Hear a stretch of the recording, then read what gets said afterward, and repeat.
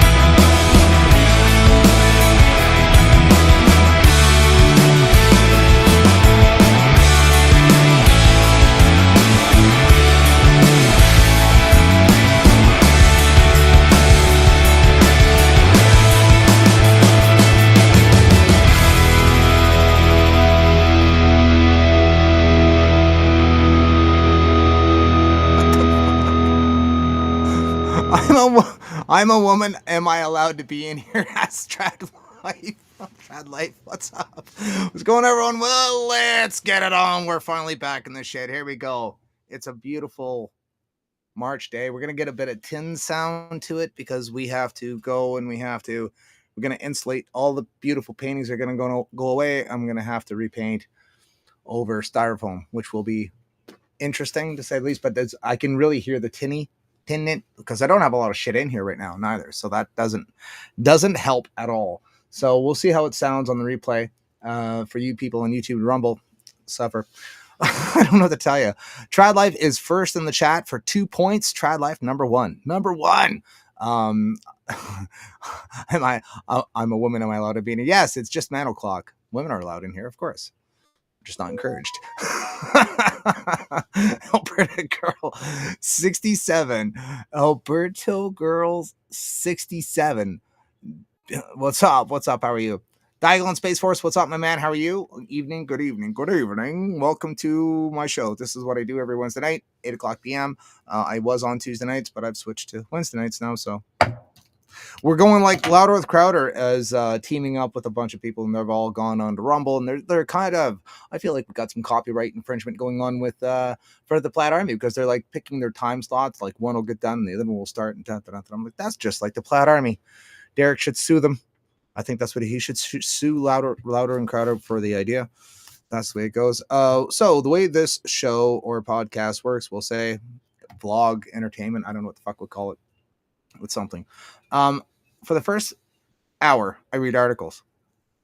Barring guests, we might get a guest on tonight. We'll see.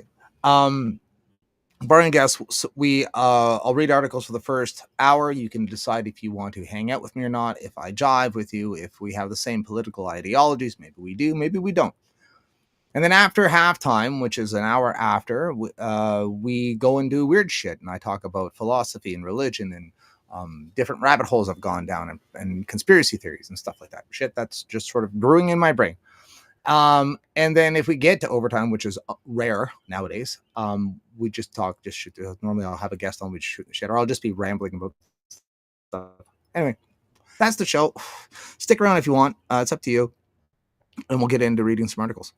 As soon as I find it. Here it is, start screen. Let's get into reading some articles here. Yes, I know JFK and got released. That's after halftime as well. We'll see where we get with that.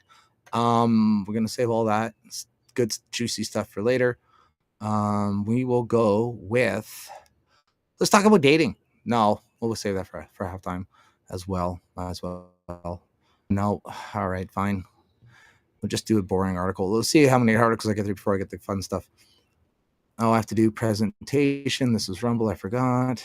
I'm on presentation. That's right. I do it on purpose. That's right. I stay there on purpose.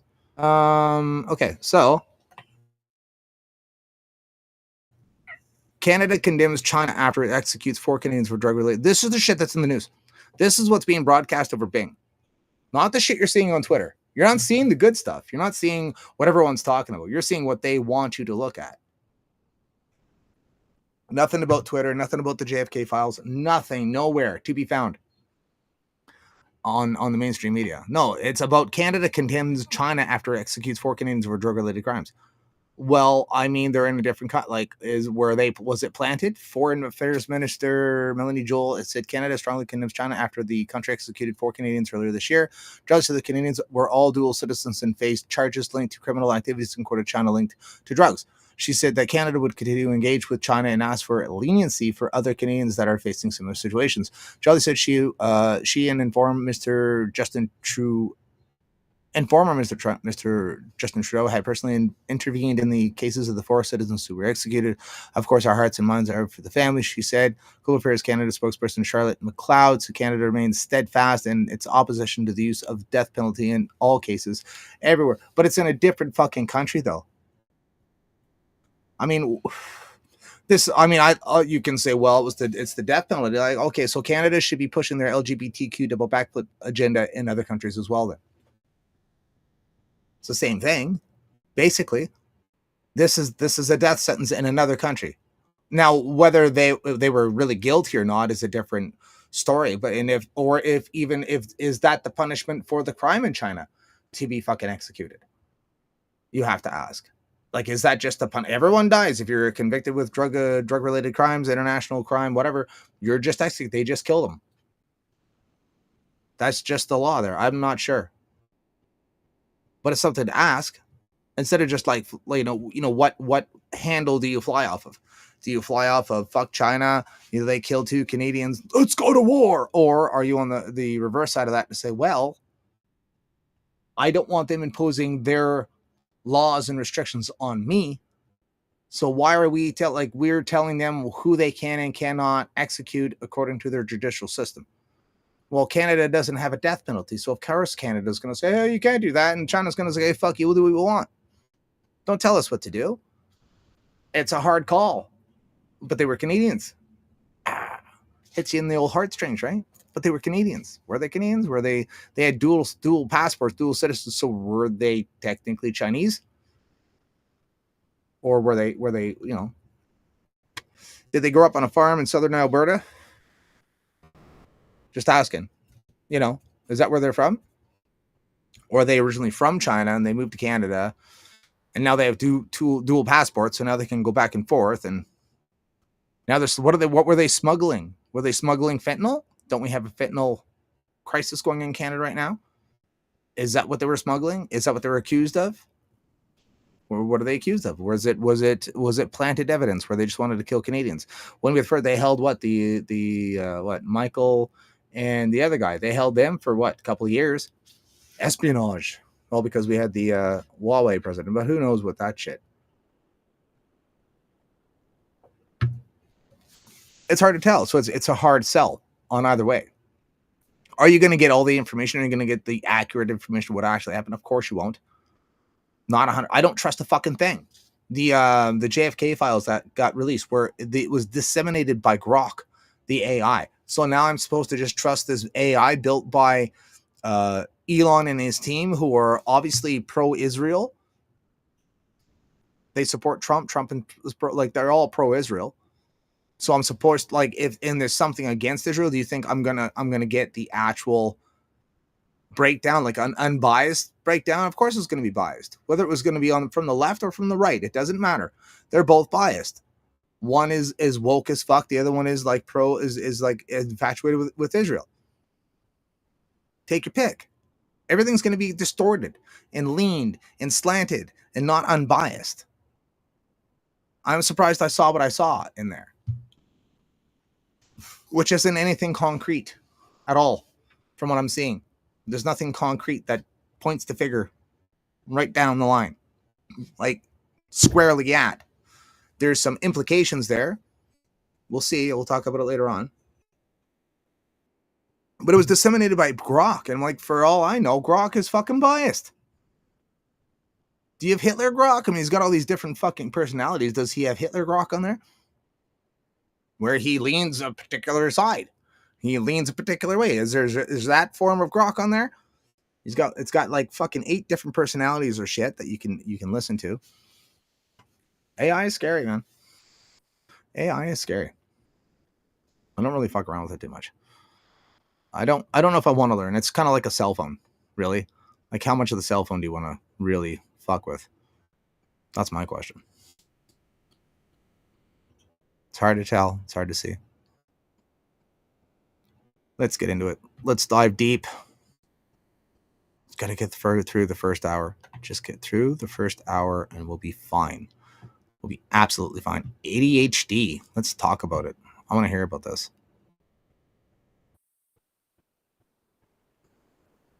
Let's see. Adult ADHD prescriptions still on the rise, especially among women over 35. Now, why would I bring this up? Well, because we joke about it a lot. We joke about psychological conditions. We joke about, I'm a bit OCD, or I got ADHD, or this or that and the other thing. And we talk about it very, very lightly, very lightly. The problem is that when you actually talk to someone who's like on massive meds for ADHD, you realize you've been misinformed, you're out of touch, you're making some fun of something, or you're trying to diagnose yourself with something that you really have no idea about. Really, when you talk to someone who's like literally on, government meds for it.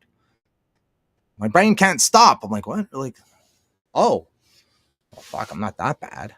Oh shit. And they start telling you stories and why they are and what they're on, and you're like, holy fuck. Oh wow. Just a circus all the time. Just everything going, every possible, it's chaos, absolute chaos. People with ADHD, their brain is fucking chaos. I thought mine was bad. No. I just refuse to get fucking diagnosed. I'm not going to a fucking shrink. That's what my counselor said. She's like, you're fucked. She goes, you need to get diagnosed by a shrink. They're free. Just go to your doctor and blah, blah, blah. I'm like, yeah. I'll do it later.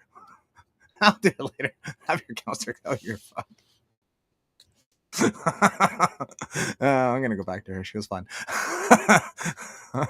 But seriously though, like we joke around about it a lot, and it is actually a problem.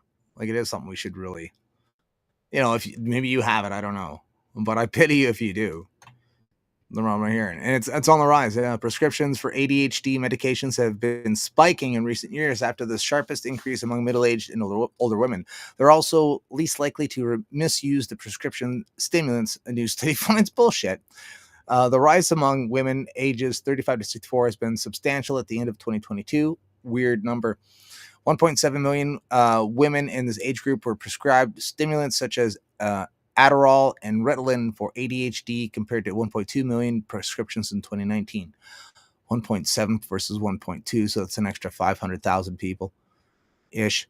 There's been an overall jump in ADHD prescriptions since the pandemic and the rise of telehealth. The new analysis published in JAMA Psychology by researchers at the National Institute of Drug Abuse also looked into how the medications are being misused. It is taking more of the drugs than prescribed taking them at times that differed from what the doctor ordered, or using medication for someone else's prescription. The researchers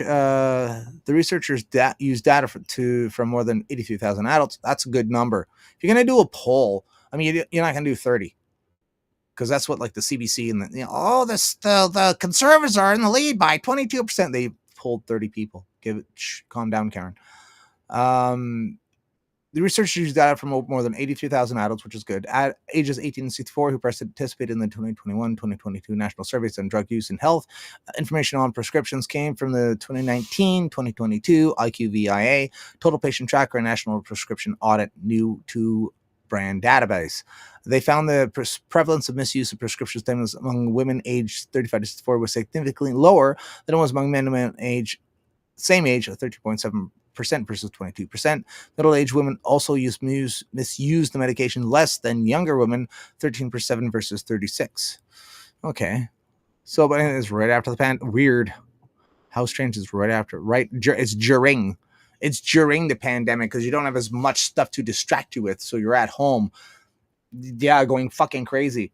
I guess if you're out, imagine people who have AIDS. I wonder if people who are severe, I'm talking about like severe AIDS, like not, I wonder if they're just like, because it's so used, the word ADHD is just used over and over. And I've got ADHD. I can't sit still.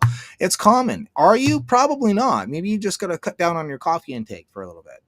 Maybe fine. Maybe you could stop worrying about the rest of the world, with every other thing going on, plus your car, plus the kids. Maybe you're just worried. Maybe you're just anxious. Maybe they're prescribing this medication to people that don't actually need it. Because we misuse the word all the time, and we do. Just walk in the doctor's office. I think I have ADHD. Yes, you do, dear. Sit down. We'll feed you some medication. That's probably what's going on, because I know people who actually do have legitimate ADHD and they're fucked in the head. They openly admit it. They're like, this is insane. Like, you have no idea the trauma my brain causes me. Like, I should shut my fucking mouth if I don't know what I'm talking about. I joked about that all the time. Do I? Am I? Probably not. Not from what I'm hearing. Like, it's way worse. Oh, I just need to cut back on my coffee. Oh, I'm sorry. Oh, I thought I was one of you. Guess not. Definitely not. My bad. Whoops. Didn't mean to be an asshole. Oh well, what are you gonna do? My therapist did say that I probably do have a little bit of OCD though, but it's a weird kind of OCD. Do you feel anxious if something's out of place? No. I just like putting it in place because it's fun. It's just because it's fun, not because it needs to be, like my coffee cup and my thermos go on the transformer, normally on the left-hand side underneath the power cables. And if someone's got their hard hat or lunch bag in the place where my coffee cup and thermos normally sit, do I take the lunch bag and throw it off the floor? Do I sit there and pound and stomp my feet? No, I don't. I just use the other side. I'll just use this other side over here. It looks quite protected. I don't think no one's going to knock my coffee cup over. It should be safe right here. And I'll go to work and I'll come back for break. And lo and behold, my coffee cup with my coffee will still be in it. And I can take it outside and no one ever bothers it. It's fine. Right? And am I anxious? Do I get anxious? No. I just put it on the other side. It's not a big deal. Whatever. Doesn't matter to me. I'll line shit up on the desk. Just because I like getting shit square, like right to the edge. But is it truly square? It's not truly square because you can never get it perfectly square, but it's close enough. It's close enough just to line things up so that they're square at the table. Why? Because I like geometry. I like geometry and carpentry and all the things. Am I ADHD? No. And highly unlikely. Just means I like things where they go. Sounds like every one of my ex-girlfriends.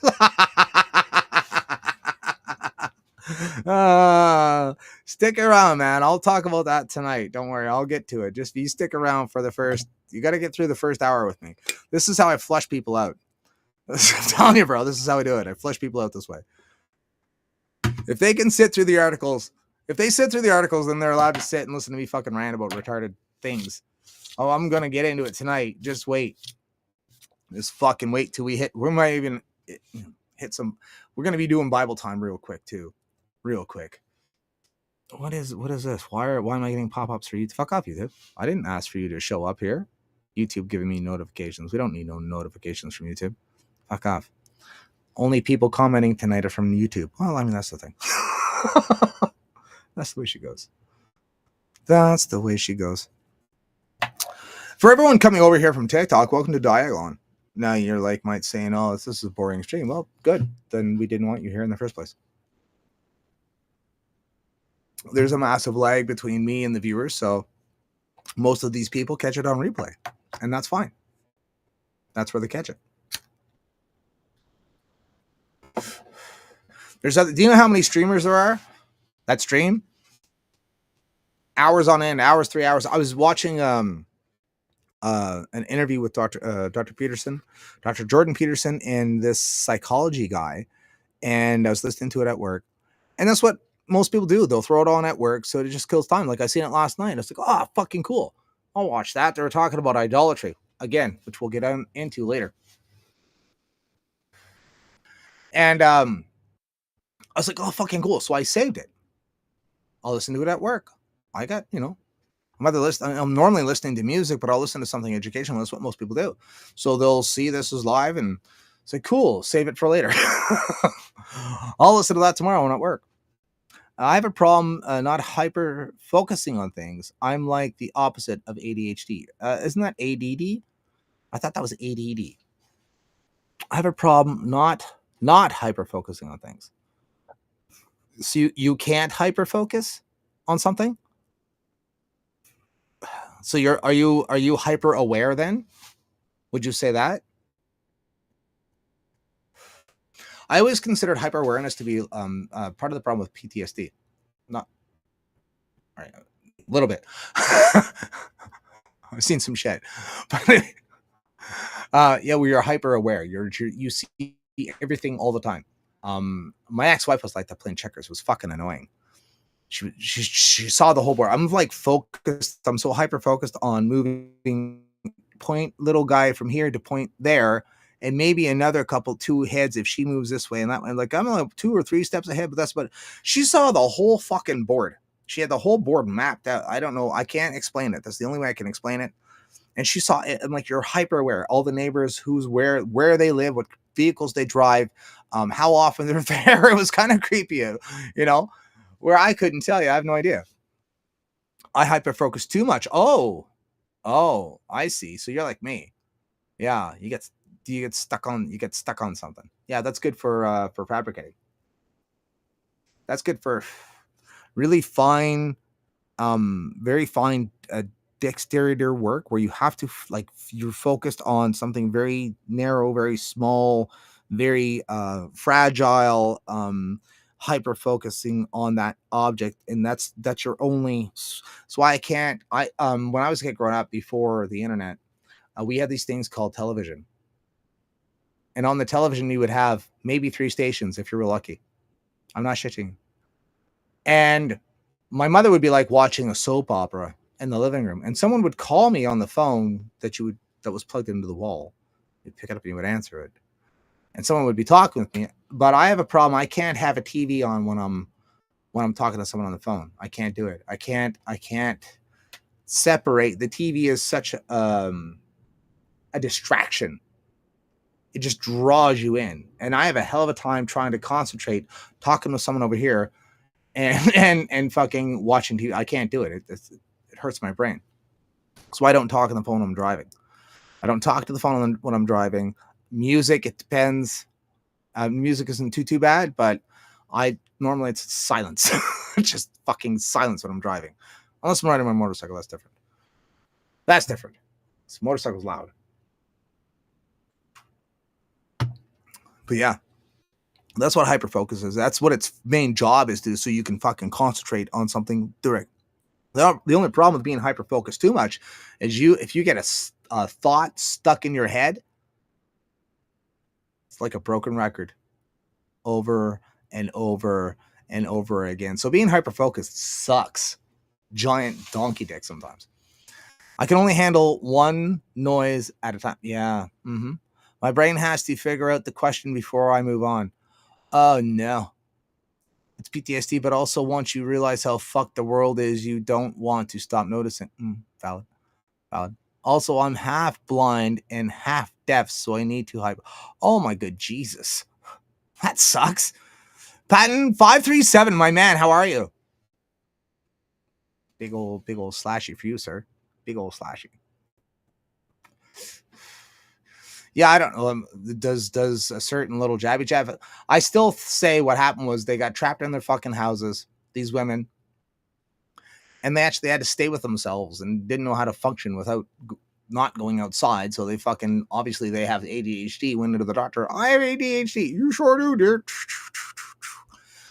Let me feed your prescriptions. That sounds like it mostly to me. A broken record. Yeah, that's you poor thing. You poor thing. Yeah, that's what I told. That's what I got told. That's what I got diagnosed with. Broken record syndrome. That's what it's called. Yeah, it fucking sucks. Sucks. It's horrible. It's a horrible condition to have. It's a thought, something you're trying to figure out, and it's like a broken record, and it's stuck on skip. Oh, it's horrible. Horrible. It's a horrible condition to have. Horrible.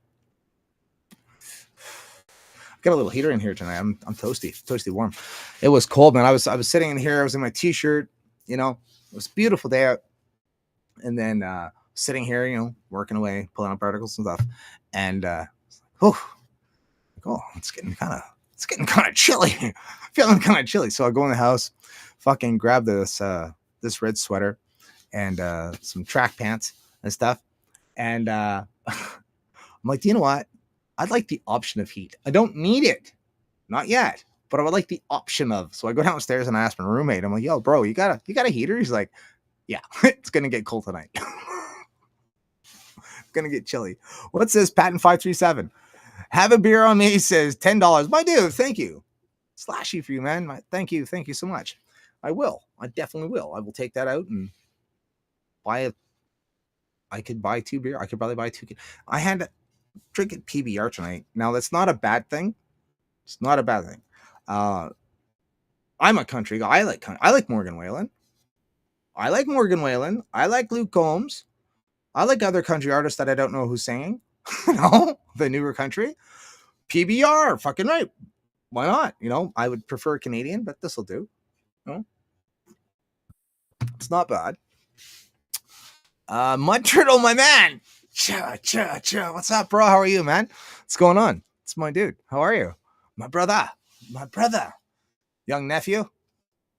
Is your miss there with you tonight? Is your missus there with you tonight? Tell her I said hello. Hi wing woman.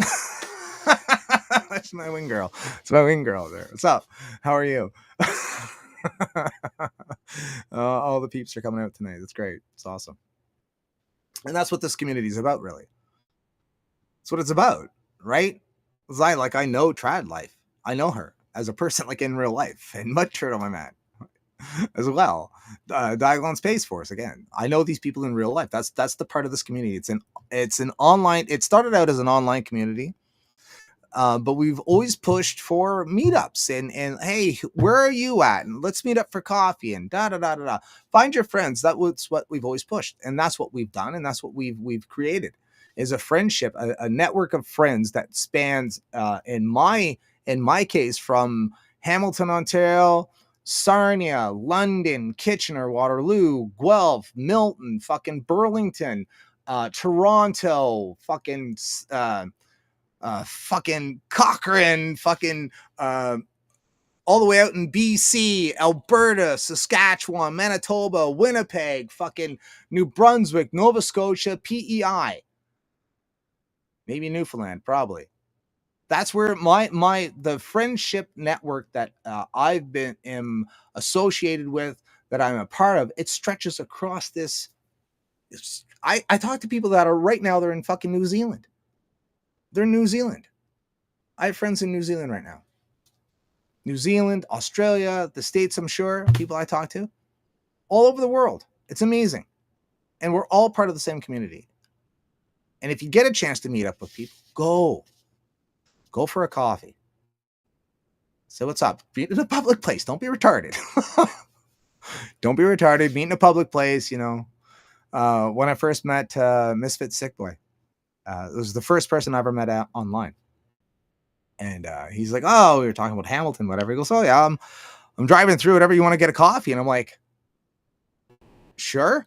I guess. don't know you, but yeah, all right, fine. And people, I'm telling you, if you want to talk to me, reach out.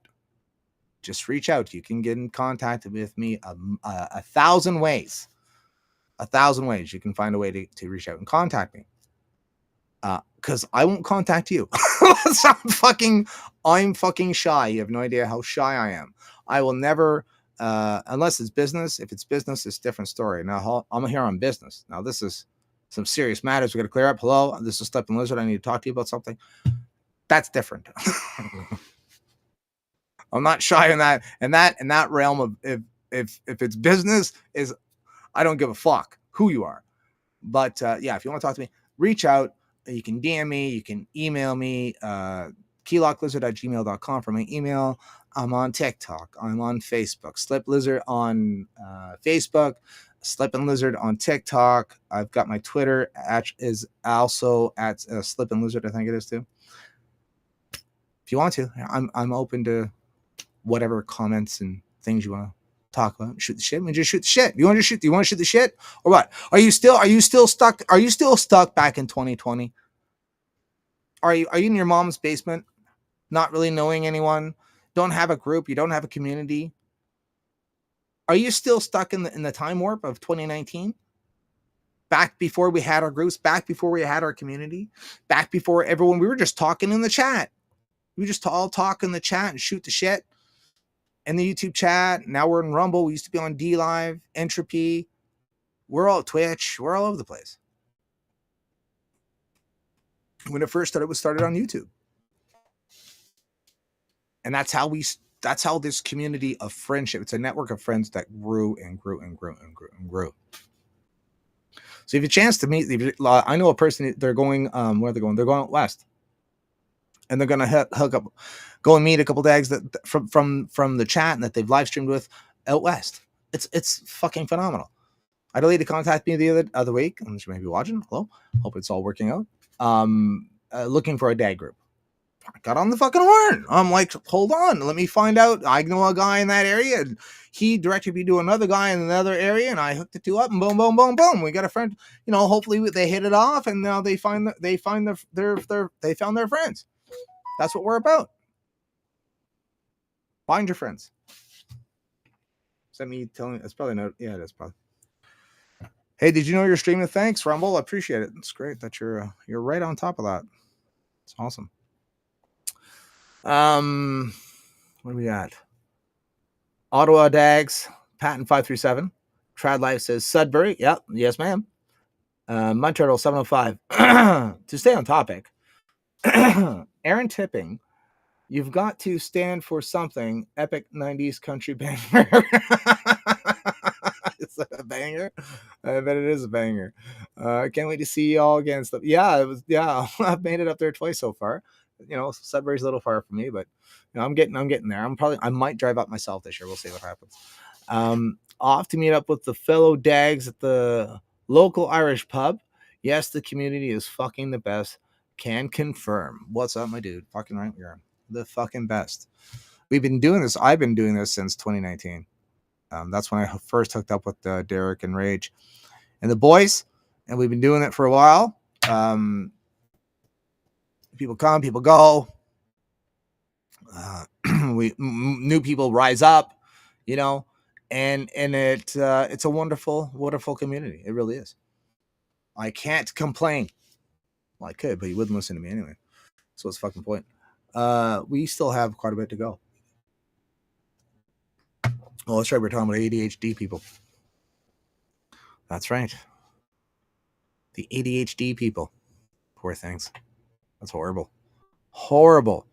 All right, I want to rip. Let's just rip because I want to, just in case. Where are you at, Anglican Church? There you are. All right, I'm going to put this to bed right now. Oh, let's do it this way. No, that's fine. Okay, I'm putting this to bed right now. A Christian denomination is a distinct religious body within Christianity, identified by traits such as the name, organization, and doctrine. Individual bodies, however, may use alternative terms to describe themselves, such as church, convention, communion, assembly, house, union, network, or sometimes fellowship. All plausible. I've never heard of it called a network, though. Divisions between one denomination and other are primarily defined by the authority and doctrine, issues regarding the nature of Jesus, Trinitarianism's salvation, and other, and the authority of apostolic succession, eschatology, conciliatory papal supers, and issues regarding the nature and papal primacy. Among others, may separate one denomination from another gospel denomination, often sharing similar beliefs, practices, historical ties, can be known as the branches of Christianity or denomination families. Eastern or Western Christianity and their sub-branches. These denominational families are often imprecisely called denominations. Where are we at here? Where the hell is it? Is this it or is this not it? Where the hell is it? Following complete list. The following is not a complete list, but aims to provide a comprehensive overview of diversity among denomination Christianity. Organizations aren't necessarily represented specific denominations, only those Christians. The fuck is it?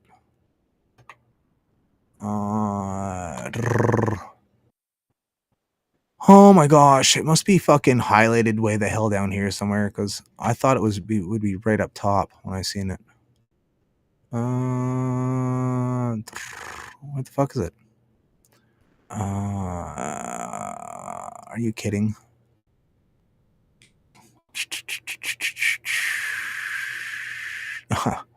Here it is. Christianity can be taxonomically divided into 6 main groups: the Church of the East, Oriental Orthodoxy, Eastern Orthodoxy, Roman Catholicism, Protestantism, and Restorativism. Within these 6 main traditions are various Christian denominations. For example, the Coptic Orthodox Church is an Oriental Orthodox denomination. Protestants includes many groups which do not share any ecclesiastical governance and have widely diverged beliefs and practices. Major Protestant branches include Adventism, Anabaptism, Anglicanism. All right, if the Anglican Church is a Protestant fucking denomination, I'm sorry to burst your little bubble. I'm sorry to wreck your dream of being different and unique from being Protestant. Anglicanism, if you're Anglican, you're a Protestant denomination. You are. Shut up. I don't care. You are. I don't know what it is. They think that they're separate. They think that they're special. They think that they can, oh, we're not Protestants. Like, fuck, you're not. You're the Church of England. It's the English church. Anglican, Anglo, English. It's the English church. You're not special. You're not unique. Everyone thinks, oh, we're Baptists. We're the original. We're the good ones. We're the best. We're the separate. We're different. That's all I fucking hear. Tell you what it is just, it's like politics. It's exactly like fucking politics. It's a fucking sports team. Anglican, Baptist, Reform, I don't fucking care. They're like sports teams. We're the best. Give us your money. That's what the system is. What is the church? The church is when in the presence of 2 or 3 people, there I am also. We are the church. The people. If you're looking for the true church, it's inside of you. Not in a fucking building, not in a system. It's not in a denomination. It's inside of you. When you get together with another person, the church appears. It is there. It is thus. That's why when a group of people get together, they go into church. Well, no, it's just a bunch of Christians in the same place. That's why it's a church. Not because of the building or the system or whatever doctrine that you lean on or subjugate yourself to. I couldn't believe it. Like, I was talking to someone the other day. They're like, oh, Anglicans aren't Protestants. I'm like, pardon me? Sorry, what'd you say? I just met the person. I didn't want to get into a full-blown fucking argument with them. I was like, I'm going to go look that up because I'm fucking positive that, I'm like, what? No, they're just a Protestant denomination. Big fucking deal. It's the opposite of Catholics. That's why I look at it. You had Catholicism and Protestantism. They protested against Catholicism. Orthodoxy, well, they're just in the background. They're just over here somewhere fucking around. I don't know what they're doing. We're the originals. Oh, for fuck's sakes. I can't deal sometimes. I just can't deal. Seriously. Grifting it pretty much. Yeah. Highlight the positively F of drifting circs. Drift of what? Effing off drifting circs. Grifting. They should all come together against the common cause of criticizing the Talmud. I don't disagree with you on that. The Talmud is. I was working at a Jewish boys' schools, and they had a Talmud there. And what it was it was the 5 books of Moses, the Torah, in a small square. And around that square was all this writing, all in Hebrew and different other languages. I forget. I just looked up, like, it was like looking at artwork, basically. I didn't understand the fucking language. I was like, oh, whatever. They're like, this is the Talmud. I'm like, well, what's that? I have no idea. It's my first day. I have no idea what you're talking about. He goes, what it is just a bunch of notations around the different teachings of the Torah of different rabbis through the years. That's what the Talmud is. It is the oral traditions that Jesus spoke about. When you read the Bible, Jesus he'll mention your oral traditions. Well, those oral traditions is what the Talmud was. It was just oral traditions that they finally wrote down. That's all they are. It's the oral that Jesus was speaking about the Talmud when he would refer to the oral traditions, because that's all they were. They were just traditions. Because they mean nothing. Jesus said they mean nothing. They mean nothing at all. They're just your oral traditions. They don't mean anything. He just disregarded them completely. You read it in the Bible when he's talking to them. When he's talking to the Pharisees, which were the keepers of the law, he dismissed them. He dismissed it. So right away, I dismissed the Talmud as nothing more than the general opinions of some rabbis through the years. I like for any authority at all, being a born again Christian and knowing the Bible, that's what I look at. Like, well, how much authority does it have? Well, Jesus dismissed it, so I'm going to dismiss it. It's the same thing when he dismissed his mother and brothers. Who are my mothers and brothers? You people who are following me. You are my mothers and you are my brothers. He dismissed his mother. Dismissed her as she was, who are you? Dismissed. That's why I was like, Catholics, just saying, might want to read that part of the Bible.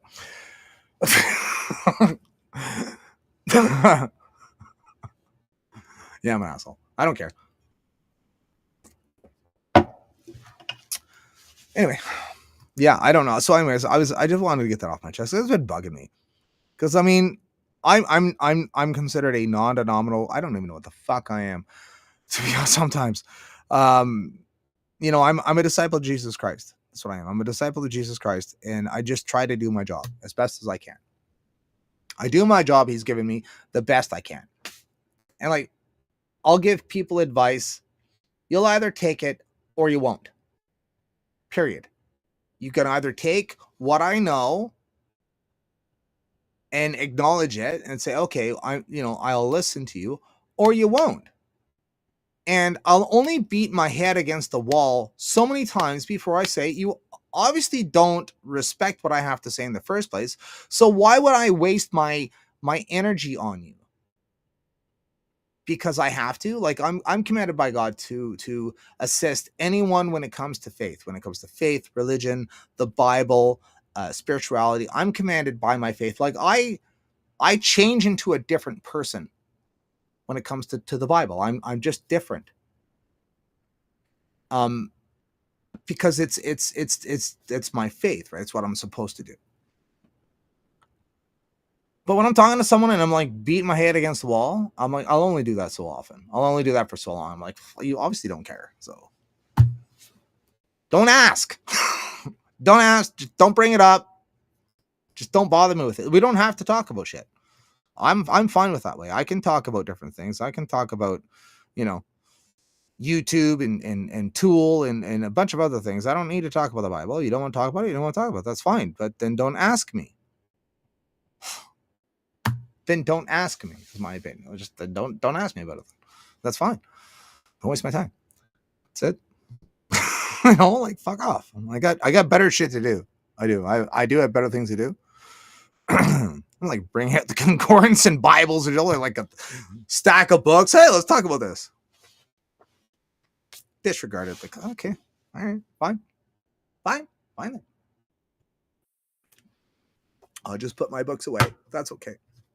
We are going to get into some Bible time tonight. I know I'm allowed to talk about the Bible because I like it. It's fun. I want to get into shit. I can't talk about it yet. Fucking halftime. It's just good reading on the fucking article. Fuck's sakes. Gotta wait. I have to wait. All the good stuff for after halftime. And that's just how we roll around here. That's how we roll. That is the JFK stuff. We'll get into. Oh, hey, let's get high. I like that idea. Promising psychedelic therapy aims to help cancer patients. Woohoo! I bet it does. What are they doing? Are they doing mushrooms, bro? Bro, are they doing mushrooms? How many grams, bro? How many grams of mushrooms are they doing? White penis envy. Don't do more than 2. And even that's a lot. Maybe going to the fucking... Just don't go to bed. Stay awake. Do not go to bed when you're high on mushrooms. It's a bad time. Trust me. Just fucking trust me. New funding will boost groundbreaking research into psychedelic-assisted cancer therapy, also known as PAC, at the University of Calgary. Research focuses on treating feelings of anxiety, depression, hopelessness, and people with advanced cancer through microdosing psychedelics such as psilocybin. Now, hold on a second. Now, they drugged me in here for cancer. You drugged me in here for cancer, and all of a sudden, what are we talking about here? Hold on.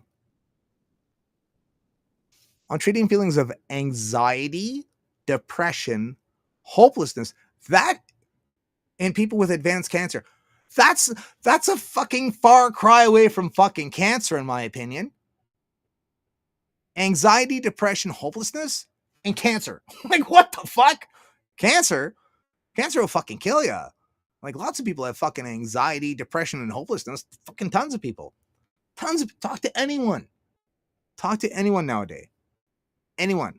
Everyone's feeling the same fucking way. We are absolutely fucking demoralized. We are a demoralized people. Nobody has any hope. Everyone thinks that this is the end. Hopelessness is just rampant. People have no hope. They have no guiding light. They don't know how they're paying for their bills. They don't know how they're, the people I talk to, it's not like it used to be. Not anywhere near. The language, the topics. What are you doing for the rest of what are you doing in the next 5 years? What are you doing? What's your goals? What's your plan? What's your going to Cuba? Oh yeah.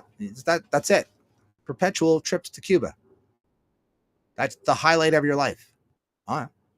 Cool. Fish and chips. Highlight of your life, eh? Huh. We've lost that purpose. We've lost that. We lost the direction. We lost the purpose. No one can buy a fucking house anymore. No one can settle down and buy a fucking house. You're not having 1,000 kids. This is the worst it's ever been. Can it get worse? Much worse. Much worse. But we haven't seen it this bad in a long fucking time. And I mean that's an interesting pull. Use cancer to drag in here, but by the way, anxiety, depression, hopelessness. I bet. Macrodosing differs from microdosing in that it involves taking a larger dose at once, while microdosing involves taking small amounts over a long period. This is the largest grant in assessed therapy in Canadian history. It's actually one of the largest in North America. So Dr. Linda Carlson of the UC's Cummings School of Medicine, who's leading research alongside Dr. So what are they taking? how much they're taking. And I mean, there is proof that it improves the white matter in your brain, is what it does. It's the white matter, I think it improves. I don't like mushrooms. Firstly, they hurt my stomach. I get a stomachache when I eat them. It's not a good time. Yeah, so that's a turn off right there for me. That, and I don't like mushrooms in general. See, mushrooms to me are gross because they're a fungus. I don't know what it is. They're just gross, I think. Mushrooms are... Ugh. It's a fungus, though. It's a spore. It's not plant life. It's not green. It doesn't use sunlight the same way. I don't know. Something about it.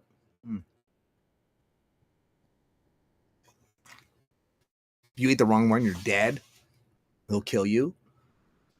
I don't like the taste. I don't like the texture. I don't like the fact that the ones you buy in the grocery store are grown in chicken shit. That bothers me a lot.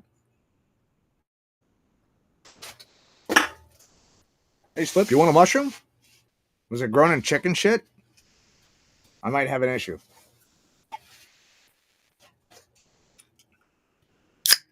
Some sugar water. Because that's all it's in here is sugar and water. It's like drinking a nice teaspoon of sugar. Every sip is like a teaspoon of sugar. Refined white sugar at that. I think they actually got sued because there's actually no ginger in ginger ale. Canada Dry, ginger ale. Bullshit. There's no ginger ale in that shit. It's just sugar and water. It's gross. But I can drink it, and it's... I don't know. It's better than water. It tastes sweeter. I gotta find a new drink, though. I was thinking about maybe teas or something, but... The non-alcoholic beer is fucking addictive. Yeah, non-alcoholic beer is very addictive. You think alcohol was bad? You should try non-alcoholic beer. Find one you like. Oh, yeah. You can crack one of those at 8 o'clock in the morning. It's not, there's no alcohol in it. I can crack one right fucking now. 8 o'clock in the morning. Fucking, everyone's looking at you like, holy fuck, kind of early, isn't it? Ah, it's like pop. They're so addicting. You get a hankering for it. I think it's the salt content in them or something, but man, one after another, you like, and you want that. It's like it's got like it's a bitterness to it. It's like almost like a bitterness or a saltiness where it almost like burns the throat. I don't know, it's the only way I can describe it. It like burns the throat, and so you're like that fizz, that burn. I don't know what the fuck it is, man. Non-alcoholic. I had to stop drinking them because they were too addicting, and it's too expensive. I can't afford it. I can't afford that shit. It was like $14 for a 12-pack. A 12-pack. Fuck, I'll crush that in a day. They're bad. Like, oh yeah, they're so addictive. Oh yeah. Like, fuck those things. Like, holy fuck. I was trying to get away from alcohol. This is way worse. Like, this is way worse. Holy shit. $60 for 2 Alpine is what it used to be. 60. Well, of course, I used to buy the King cans. I was like $60. I can't afford that in my car. Like, I'm sorry, alcohol has to go. Like, it's too expensive. I'll find something else to drink. Who cares, right? So that's why I switched to non-alcoholics. I couldn't afford beer. I just couldn't afford it. I'm like, there's no fucking way I can have the car, the insurance, the bike, the insurance, cell phone, rent, food, and beer. No, that's no. You drink too many of them and it costs too much. Fuck it, I'll just drink fucking water. So I switched to the non-alcoholics, thinking, well, it's cheaper. It's just cheaper. No, you drink more. You drink way more. It's 8 o'clock in the morning. Glug, glug, glug, glug. Ah. Yeah, one after another. Boom, boom, boom, boom. By the time you're looking at it going, holy fuck, I have to buy a new fucking case. This is ridiculous. Like, this is just ridiculous. Holy shit. Fuck these things. Oh, I know. I'll switch to sugar water. This is what I was drinking, the sugar water with cranberry juice. But my buddy, he's like, what did he say? Something about, well, at least, what the fuck did he say? He said something about having a clean, a sweet smelling vagina, because cranberry juice is always associated with urinary tract infections for women.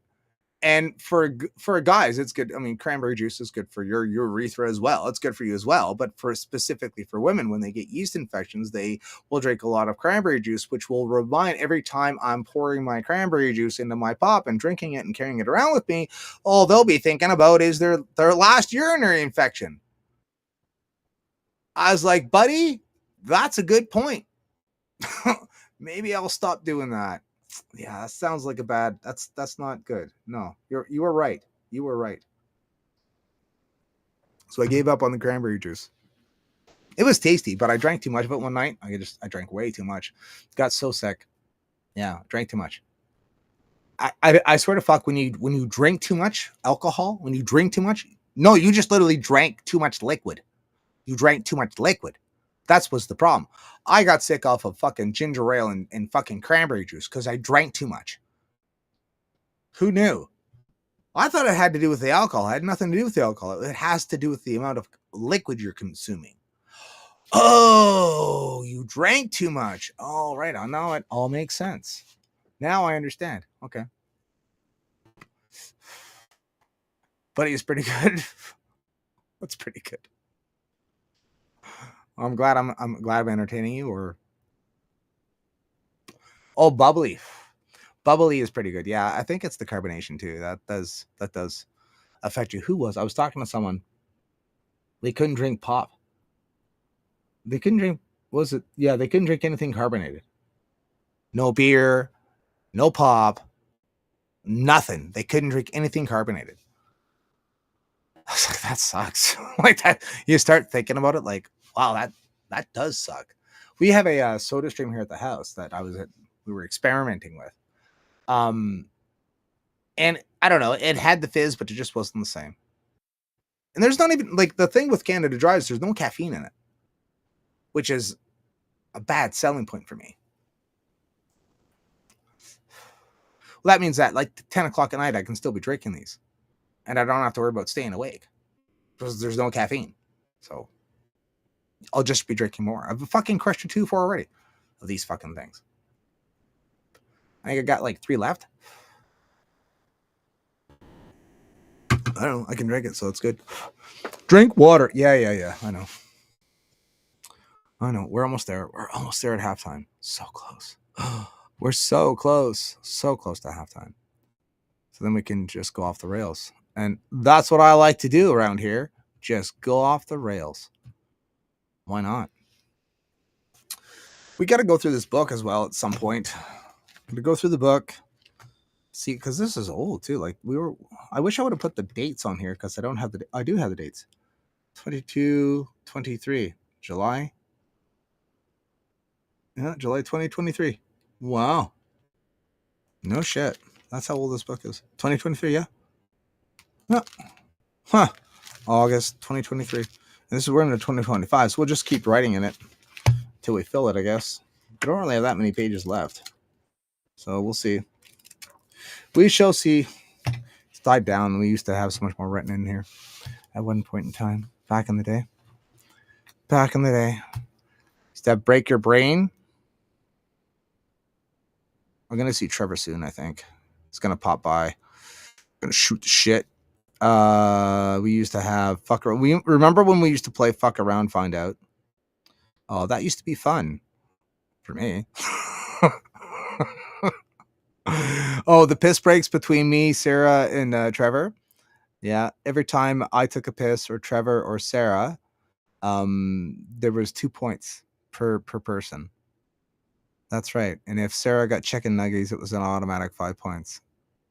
And if I got drunk on stream and my ex-wife had to pull me off the stream, it was 10 points. 5 points if I got one eye, I think it was, or some fucking thing like that. I forget. What else was there? That was it, I think. Yeah. Trevor was really good at breaking my brain. He would tell me the most fucked up shit. I'm like, what? Yeah, we had a good time. That was back in the days when I ran Bacot's Corner. It was a good show. We had fun, and then it ended. Where are we at? It's time. Thank Jesus. It's halftime.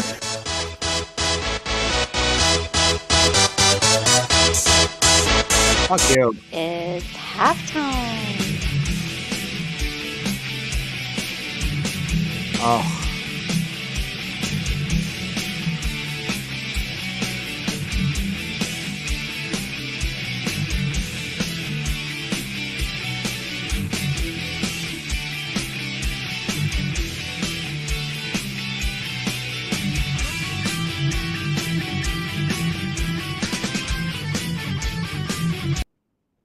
Finally, we're in a halftime. Holy fuck. And not only that, I gotta get rid of I fucking hate Rumble. Fuck, this is annoying. Fucking Rumble. If I could afford streamers, I'd go back to it. I would definitely go back to it. It's just about money. That's all it is. Welcome to halftime, where you do not have time to take a piss when it wants to play. Holy fuck, what? I do like ginger ale, but the sugar just gets to me. Yeah, it's I'm telling you, it's like a teaspoon of sugar every drink. I think there's was it 30 grams? 30 grams of sugar in it. Just retarded stuff. Retarded. It's annoying. Anyway, let's get into halftime here. Where we're gonna go? We want to talk about. Let's talk about Matthew. Let's do a bit of Bible time here. Let's do it. That's what I think is a good idea. Do a bit of Bible time. And of course, to do Bible time, we have to do the thing. Must do the thing. Always do the thing. We fight not against flesh and blood, nor the carnal flesh, but against ruler, principality, and the master spirits of this dark world in the heavenly realm.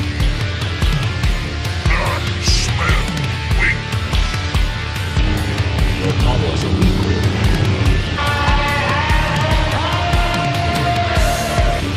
Strike me down, I shall become more powerful than you can possibly imagine. Now it's time for Alrighty then. Let's dig into this. Where's that at over here? So I was talking with God and we were having a conversation about he was giving me shit. As a matter of fact, he was giving me shit. God was giving me shit. He's like, you're still looking. I'm like, no, I'm not. He goes, yes, you are. Because I was looking for a girlfriend back a little while ago. And he's like, you're still looking. And all my friends are like, you gotta stop fucking looking. And I'm like, I'm not looking. You fucking liar. God told me. He's like, you're a fucking liar. He goes, yes, you are. He goes, yes, you are. I know you are. He's like, Slip. He's like, you remember when you lost your darts? I'm like, yeah. He's like, you remember you lost your darts? Couldn't find your darts. For the life of me, I couldn't find these. I ripped apart the fucking shed looking for these fucking darts. Couldn't find them for the life of me. And so I was like, well, what you do is if you're looking for something, well, you stop looking for it. When you're not looking for something, that's when you'll find it. When you're not looking for it. It's weird. It's just the way it is. So I would be like looking for something, but in the back of my mind, I'm like, but if I so happen to find my darts while I'm looking for said article, I mean, well, how horrible would that be? Because technically I was still looking for my darts, even though I'm looking for like my orange extension cord. I'm in the back of my brain. I'm still looking for my darts. I still am, right? And it wasn't until I ripped this whole fucking shed. I was actually packing the shed up to bring here. Lo and behold, underneath my table, underneath the carpet, was it was a case of darts. Son of a bitch. Another example of that, I thought I lost an insole for one of my winter boots in my buddy's car. And we searched through the car, couldn't find it. Fuck it. I just took both boots. I'm like, well, whatever, right? I don't know what I'll do. I'll figure it out later. Couldn't find the insole for the life of me. Ripped the car apart looking for it. Fuck, where's this fucking insole for these damn winter boots? Damn it. Fuck. Must be left it at the 401 fucking carpool or some fuck. It fell out of the truck. I don't know. It's somewhere gone now, whatever, right? I fucking happened to be in the car the other day and fucking lo and behold, didn't I find the fucking other insole stuck in the other fucking winter boot? I'm like, son of a bitch. There you are. And so God was giving me shit. He's like, you're still looking for a girlfriend. I'm like, no, I'm not. He's like, yes, you are. Yes, you are. Just like you were looking for your darts, you still are. I said, fine, what do I do then? What do I do? Obviously, yes, you're right. What do I do then? So this is what he told me. Therefore, I tell you, do not be anxious about your life, what you eat or what you will drink, nor about your body, what you will put on. Is not life more than food, and the body more than clothing? Look at the birds in the air. They neither sow nor they reap nor gather into barns, and yet your heavenly Father feeds them. Are you not more valuable than they? And which of you, by being anxious, can add a single hour to his span of his life? And why are you anxious about clothing? Consider the lilies of the field, how they grow, and they neither toil nor spin. Yet I tell you, even the Solomon in all his glory was not arrayed like one of these. But if God so clothed the grass in the field, which today is alive and tomorrow is thrown into the oven, will he not much more clothe you, O you of little faith? Therefore, do not be anxious, saying, what shall we eat, or what shall we drink, what shall we wear? For the Gentiles seek after these things, and your heavenly Father knows what you need, that you need them all. But seek ye first his kingdom of God and his righteousness, and all these things shall be added to you. God told me, come find the king, go look for the kingdom of heaven. Go look for that. That's what you're supposed to, that's what I want you to go look for. Go look for the kingdom of heaven. Go find it. I'm setting you on a task to find it. Oh, that's easy. Awesome. How exciting. That sounds like an easy thing to do. That's actually very hard to do. I was like, what? To go and find where God is moving through people and through communities and through people's lives, and go look for his kingdom, go look for his righteousness, and all these things should be, then you'll find what you're looking for. That's your new task. That's your new goal. I was like, oh, all right. Well, what does that mean exactly? So I've been getting an inkling lately, we'll say, to start. I don't know. I kind of want to find a portal into the afterlife, so to speak. Yeah, kind of want to. Kind of thinking about it. It's hard to explain. Derek and I were talking about the digital realm and how with the cameras, the microphones, your tracking devices that you carry, your house is completely mapped out in a digital world. All the streets are there. Everything is there. Like if the phone is here right now, it's maybe casting an echo. And in a digital realm, someone could come and be sitting here as I'm speaking, doing this. You could be standing right beside me. I would have no idea that person is listening to me, hearing me, seeing me, seeing where I go and what I do. They're standing right there watching me as I do this, which is definitely a possibility. Yeah, where it's like any type of video game. You would be walking down the street and you would walk up to a house, and some doors you could go into, some doors you couldn't. Some vehicles you could access, some you couldn't. That was just part of the game. That's just part of the game. Oh, that's just obviously just artwork. Oh, this is the access point that we actually have to use. Okay, fine. No different. Absolutely no different. Because technically speaking, that's exactly how the spiritual realm would how a digital realm would work. It'd be like a giant fucking video game. Only it's real time. In our world, like, could it be happening right now? Fucking right, it could. Fucking right, it could. In a digital space. However, that if one is true, so is the other. So if the spiritual realm is roughly that type of a concept, where it's a different realm, where you are sitting here, or I'm sitting here right now, and beside me is a spirit from a different dimension. All are on the table with that thought of the digital realm. If we could create that, then the other thing is proof that the other thing could exist as well. If one exists, so can the other. Mathematically speaking, technically speaking, then both would be real. And I've always been sort of interested in lucid dreaming. You know, I can close my eyes and almost walk in a different realm, so to speak. It's a weird experience. I think it's called lucid dreaming, which is terrifying. So I don't know. I'm curious about the different. I'm wondering if there's some portals where I could just poke my head in and look around. I think there's some portals kicking around. I wouldn't mind I just want to poke my head in and look around. See what's on the other side. That's all. Just curious. Curious. I'm into demonology. I believe in the spirits and angels and stuff, but it's fucking difficult because when Jesus left this earth, he went up full body into the air. When he returns, he will be coming full body. It's not that he's just going to magically appear through a magical door and walk through and just like sort of, like I guess, I don't know, like just appear. That's not going to happen. He comes down in bodily form from the air. Okay, scientifically speaking, like, okay, how that aliens? For sure, aliens. But it also means the distinction between this realm and the spiritual realm. Where is the spiritual realm? Is it in outer space? Or is it like, where is it exactly is the question. So that's, in my father's house is many mansions. I go to prepare a place for you. So where I am, there you may be also. Well, what the fuck does that mean?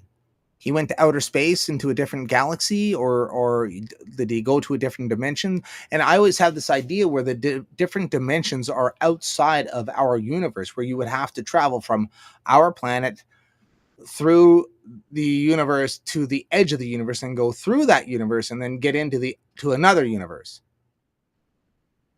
That makes no fucking sense, technically. So it's not where we're not leaving this planet and shooting out to a bubble, the edge of the bubble, and going through the bubble to a next bubble. That's not where it is. Well, where the fuck is it? It's not on the outside. Where's the inside? I'm like, wait a minute, this makes no fucking sense. It doesn't make any sense. There's some shit that's just not lining up.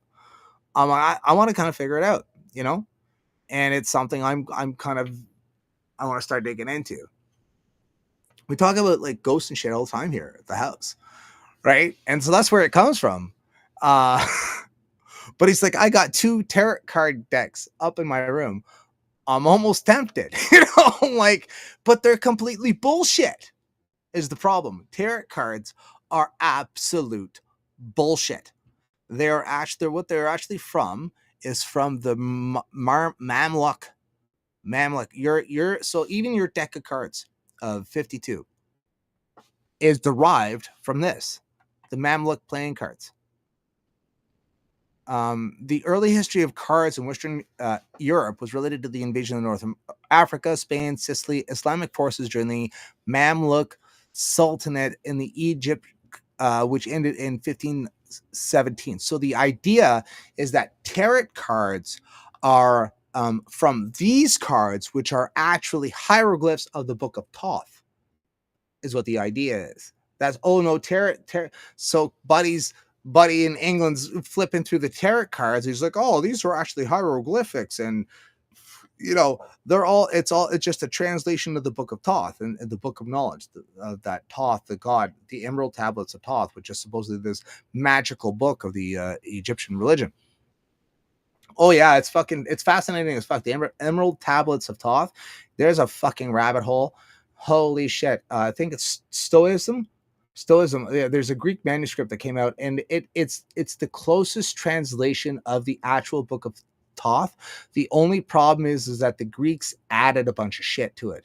So you don't know if you're reading the Greek shit that was added or the actually Egyptian Book of Thoth. You don't know. Nobody knows. They have no idea.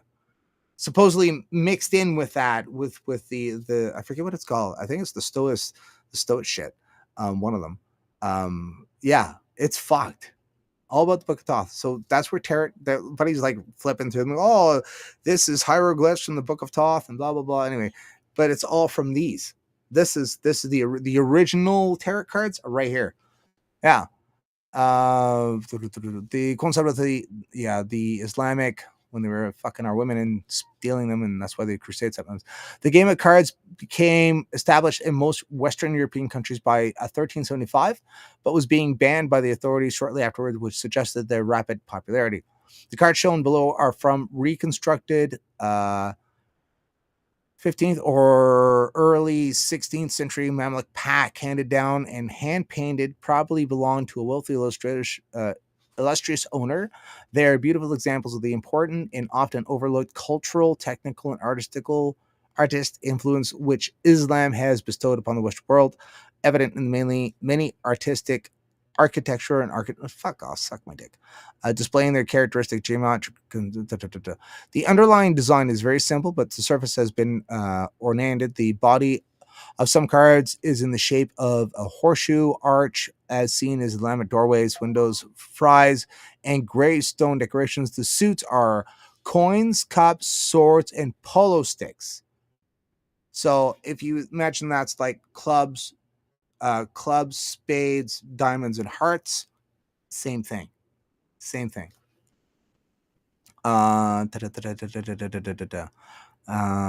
Coins, cups, swords, polo sticks, and was most popular in artistic sports in the Mamluk Empire. And there are 13 cards per suit, numbers from 1 to 10, plus 3 court cards: the king, the lieutenant, and the second lieutenant. That's obviously king, jack, queen, king, queen, jack. All male. The ranks of the court cards are given in blue inscriptions, areas at the bottom of the cards. In European packs, the court cards were, of course, represented pictorially, and it may be noteworthy that early Italian and Spanish court cards did not always contain queens, possibly due to their origin in the Islamic or Sacred pack, which is also suggested by very similar suit symbols. Yeah, and the thing with this is where tarot cards come from. These are the original tarot cards. In tarot cards, there's a trump suit, and the actual game that developed. So they brought this card game, because it was a fucking card game, like poker. It's like poker. They brought this card game to Europe. Europe adopted it to our own suits. They in the tarot cards, tarotism, I don't know. It's got some weird fucking name. Tarot cards, the actual tarot cards. It's not, the game isn't called tarot. It's tarot with a bunch of other words. Tarotism or tarotosh or whatever the fuck it's called. Is where tarot cards come from. And it's the same fucking thing. That's where they came from. It's fucking playing cards. They're not from the Book of Thoth either, because it's 14th century. The Book of Thoth. You remember Books of Thoth was supposed to be written by Thoth eons ago, not the 14th fucking century. 14th, 12th, 11th century. Okay, we're still 1,000 years deep here. 900, the year 900, like fuck, that's still 900 years plus to get way back to Egypt. They're fucking playing cards. It's a game. So that's why I'm very like, I just shake my head. Like, how's that going to tell you the future? Seriously. It's not going to do it. It means nothing. Tarot cards mean nothing. The tea leaf things mean nothing. I would say that palm reading actually has some basis in reality, because if you work a shovel all the time, you're working with your hands, you're a carpenter, you're something, you're going to get different lines on your hands than an office worker or someone who does works in water all the time, and so on and so forth. I would think that like the actual handprint, that actually might have some scientific basis where you could actually derive some just by the physical features of your hand, of what you do, where you're from, possibly. I think it does have a bit of merit. Not a lot, but a little bit, and a little bit still counts, in my opinion. That's just my opinion, though. End Times Wizard, what's up, my man? What? Don't read the YouTube comments? Well, oh, well, I was just doing other things, but I was off on a tangent. Start staring at the obsidian. I saw that. Or learn astral projected. Yeah, no thanks. They are, but all if you know how to read cards. No, fuck those things. Someone money soft hand. Yeah, soft hands. Yeah, I think that's got some merit into it. A little bit. Not a lot, but a little bit. In my opinion. So yeah, no, that's the new plan. Go find the kingdom of God, Slip. Cool. That sounds like a great idea. And then she'll just appear. It'll just happen. Ta-da! I was having an argument. Yes, I'm bringing it up with a lady, Lady Dag. We were having a fucking full-on discussion about this, where men should not chase women. No. What are you doing? You're not chasing women, are you? What? You fucking simp. You are a simp, my sir. A simp. That's not, no. See, ladies are going to have to, this is why it's fucking man o'clock. I just clicked over to man o'clock right now. So we were having this discussion and I was like, I'm not chasing no fucking broad. Fuck you, crazy. Fucking come to me. She's like, what? I'm like, yeah. Fuck that. I'm not fucking chasing any fucking woman. Fucking come to me. She's like, it's proper that a man chases a woman. And I'm like, pardon the fuck out of me. She's like, women want to feel that they're being chased and sought after and that they're desirable. And I'm like, that's how it used to be. Yeah, true. Do you seriously want a man that chases after a woman though? Because that would technically mean that's all he does is chase after women. That's all he does. He must have like, because the competition for attractive young ladies is quite high. So you're not chasing after one, you're chasing after about 15. You know, if you're chasing about 15. Why? Well, law of averages, of course. The more you chase, the more there's a chance you're gonna get laid. Obviously, it just makes sense. That's what you want. You sure about that? I'm like, that it's changing. Men are getting picky. They're getting picky. They're not settling anymore. Why? Well, because women have priced them out of the market. Feminism. Women get to choose. Women empowerment. I'm going to choose my mate, blah, blah, blah, blah. And so then you got 15 guys chasing you. Because no one, like, the fuck? It's insane. Are you single? I don't know. Fuck. It's fucking annoying. It's absolutely annoying. Guys complain about it all the time. Oh, are you over 6 feet? Fucking line up. Line up of ladies. How tall are you? 5'8". Forget it, buddy. Survival of the fittest, bud, and you ain't fit. Fuck. Sorry about genetics. Oh, whatever. So it's gotten to the point now where men are giving up. They're going overseas. They're going overseas. I know people who do it. That's where they get their women overseas. Why? Well, because these women here have their standards are fucking through the roof, which they should be, because they get to choose. Unfortunately, now men are choosing. Men are like, no, I'm not going to settle. I don't care. I can find different shit to do. I don't need a fucking broad. I don't need one. I've got tons of shit to do. It costs too much fucking money anyway. I don't give a fuck. I'll wait. But that's what everyone's saying. That's all the guys are saying. The guys, the voices coming out of the guys now are like, I'll just fucking wait. I'm not gonna settle. Why would I fucking torture myself? Why would I trap myself into a relationship that I don't want to be in just so I can be with someone? Because the pool is so small and they're being so fucking picky. I'll just settle and be unhappy just cause. Guys are like, no, fuck that. Nope. Oh, thank you. I can wait. I don't care. It doesn't matter. But men are not chasing anymore because men are deciding to choose.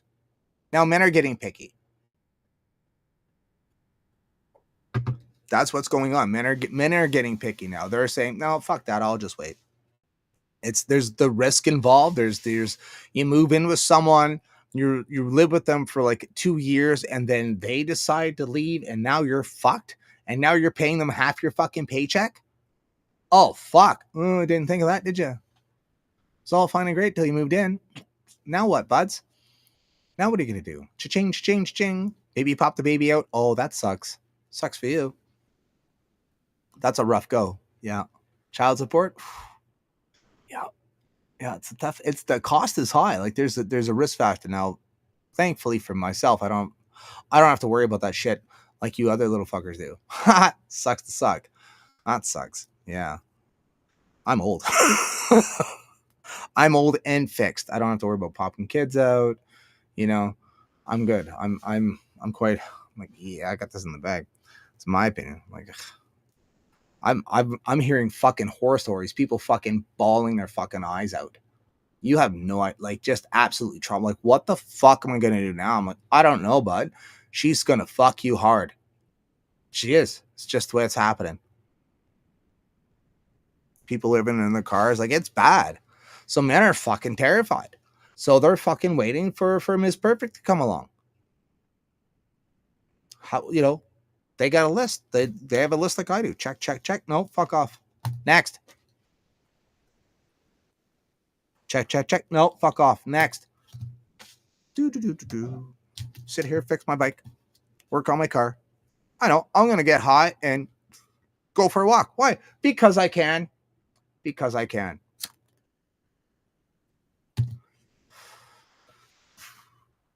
I have to go look for the kingdom of God. I got to go looking for it. I got to go looking for it. That's what I have to do. And yeah, a beautiful, gorgeous woman will just show up at the door, apparently. Because men can be picky. And if not, oh well.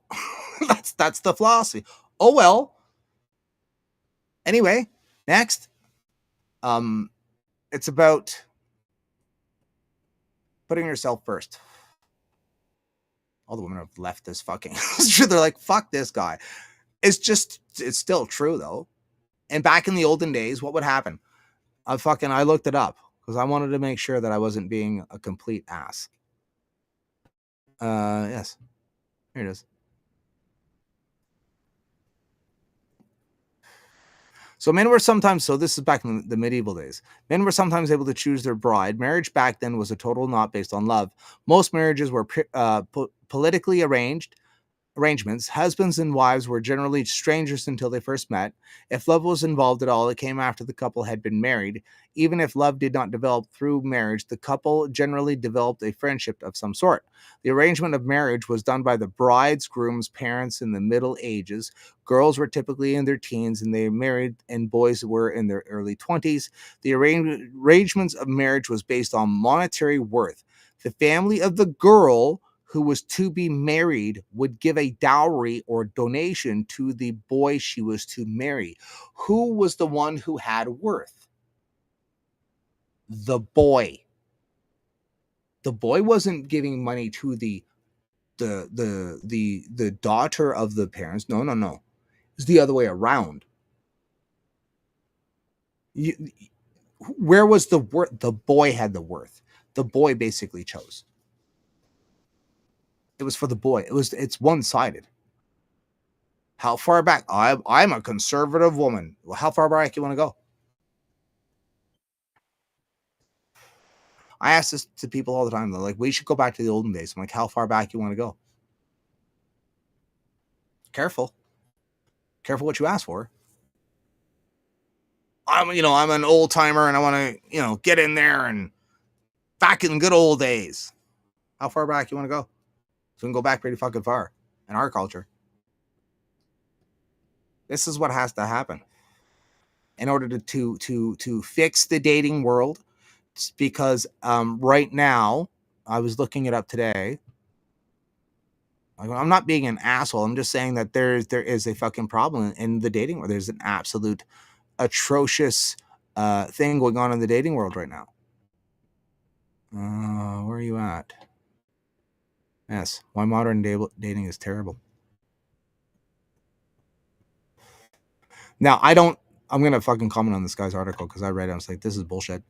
Earlier this year, I wrote a long post about dating. About Truth said the modern day dating in the developed world is terrible, especially if you're looking for something serious or long term. Statistics don't lie. The average of marriages has risen. The average age of marriage has risen to over 30 in most developed nations. More than half of all marriages ends in divorce. Birth rates are at an all-time low. 2 out of 3 of young men and 1 out of 3 of young women aged 18 to 29 are lonely in the U.S. Sexlessness is rising sharply as well. More and more people, up to 20%, are reporting having no close friendships at all. It's fucking bad. It's very, very bad. If you're not over 6 feet, I was talking to Nika on last stream. We were talking about this. He's like, buddy, I'm 5'3". I'm like, yeah, and that actually might work to your advantage. They already know you're short. They're only going to sweat, and he's getting hits and shit like that. Unless he's not including his age, or his height, which is a possibility. But at 5'3", like you're looking for that's a niche market. 5'6", 5'7", 5'8", we're fucked. All of us, we're all fucked. 5'6" especially.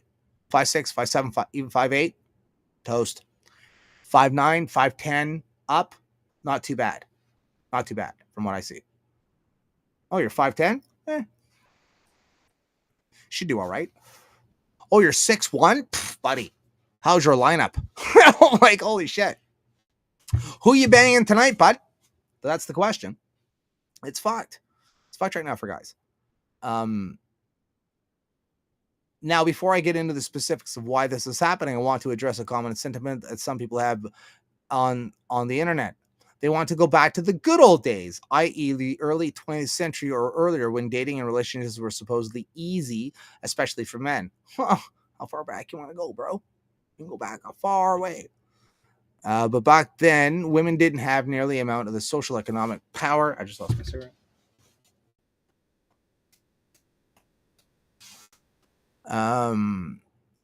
Social power as today, so they find it a guy early on, get married, and have children. Many women had to stay in abusive, often violent marriages just to get by, as they wouldn't be able to support themselves otherwise, or would be seen as social outcasts. Facts. Today, women can actually support themselves, which gives them a choice of whether to be in a relationship and who to date. I believe it is a good thing. Obviously not. Obviously not. Not for what's going on. A lot of others, especially young men, are entertaining the idea for already moving to certain third world countries, i.e. passport bros, where women's rights and places in society still resemble that of the early 20th century, places where women still mostly rely on men for survival. However, I believe these people are just running away from their problems.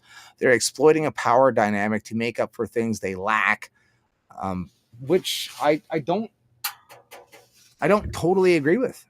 Not from, with those statistics.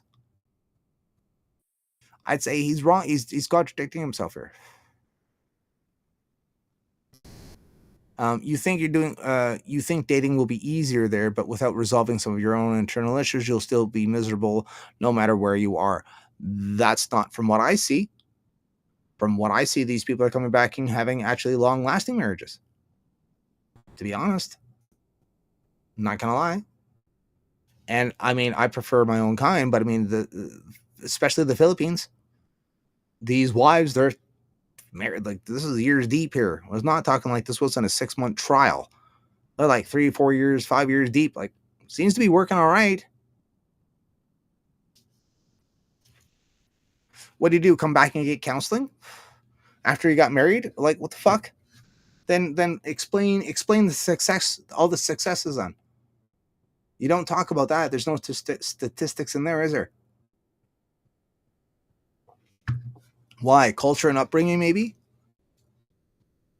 I don't know.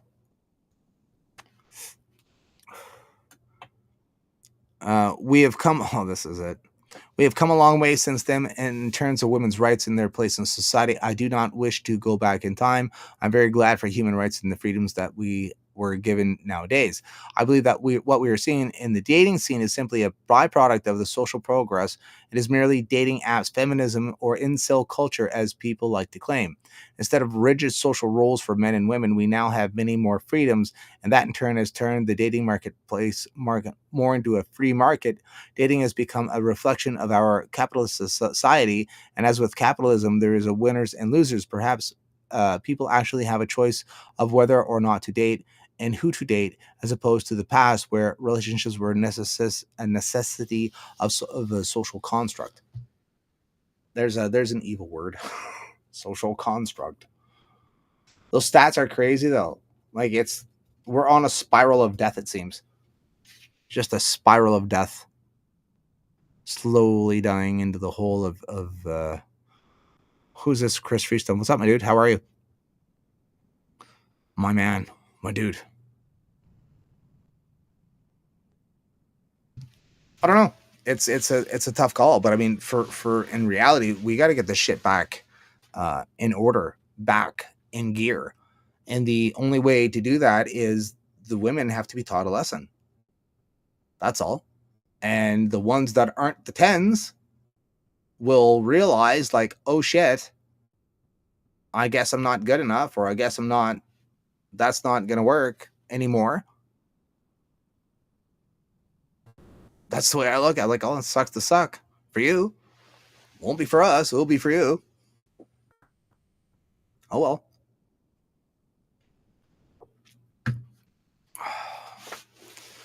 Chase a girl. Fuck. I don't fucking think so. Not likely. It's about.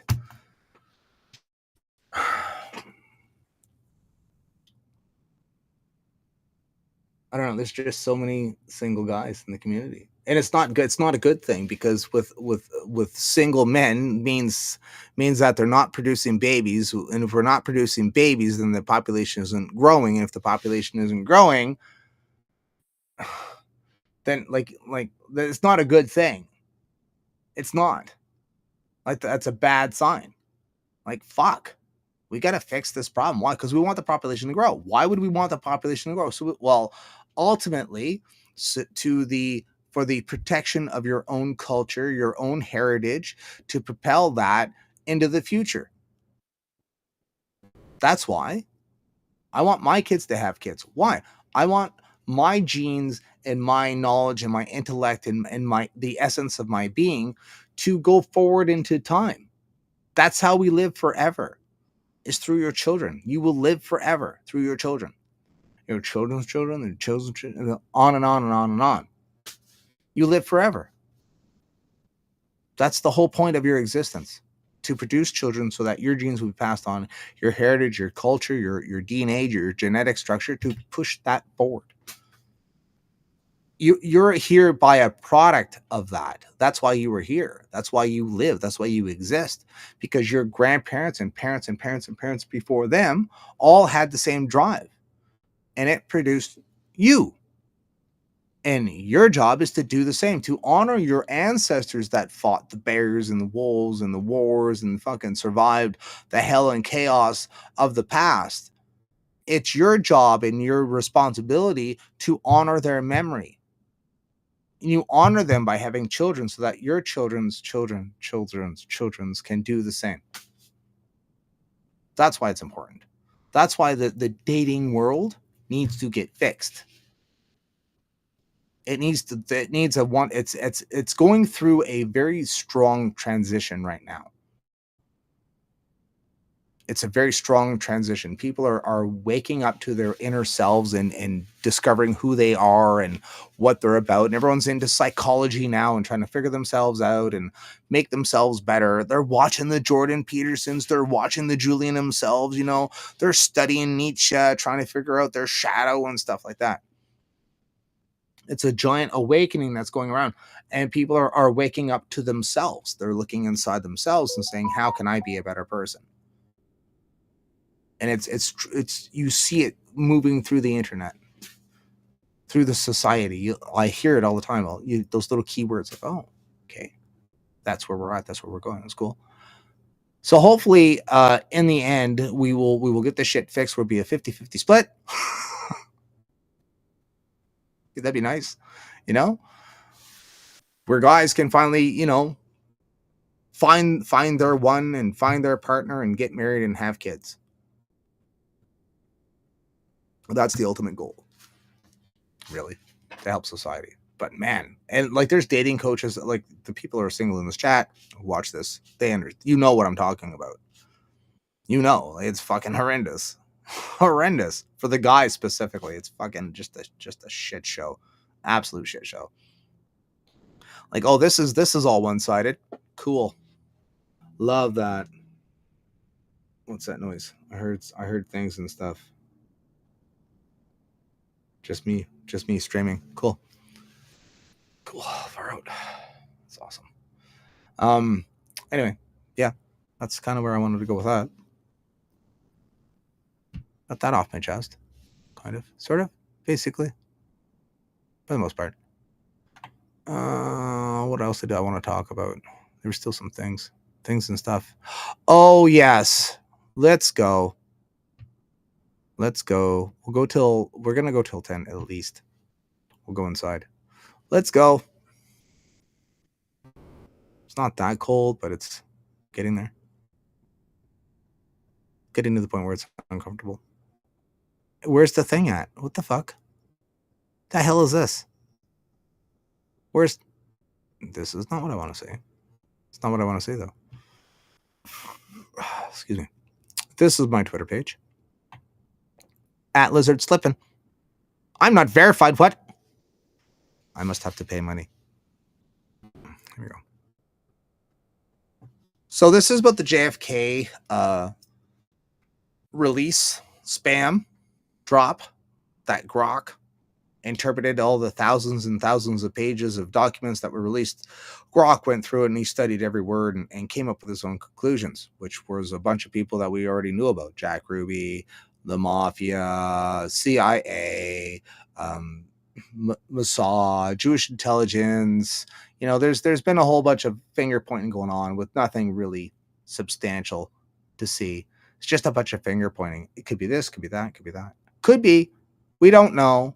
Jack Ruby is a name that I've heard before. There was a good documentary, I fucking forget where I watched it about the JFK stuff. And there was like, you know, and their conspiracy or idea was there was like fucking 10 guys who were shooting. You know, there was like 10 people, you know, the mob. Jack Ruby was involved in it in some fashion or form. And that's about as far as people going. There has been indicated, at the very least, that the CIA and the Israel Intelligence Agency were working together about it. They were working together. There was involvement. Like, is it pointing the finger? No, it's not. It does not point the finger at them. It does point the finger at this, though. This is off of Twitter. This is one of the things, and it says, I'm blind. Now we have plenty of money. Our new bankers are Jews. As soon as we, with parentheses, or they, with quotation marks, take care of Kennedy. So they got bankers, and the bankers also just so happen to be Jewish. And okay, what was their names? Do we have postal addresses for them? Do we have, like, where do they live? Oh, they're of Jewish descent. Cool. But that doesn't include all the Jewish fucking people around the world. It's just that he said they got money from some Jews. Cool. And so what? All right, I got some money from Iraqis. I got some money from some Saudis. I got some money from some Germans. Oh, they were Germans. They were from Bulgaria. They were Bulgarians. Oh yeah? How many of them? 6, 7, 8, 10? How many Jews you got? Okay. Now what? Exactly. It's the Jews, man. Which ones? All of them?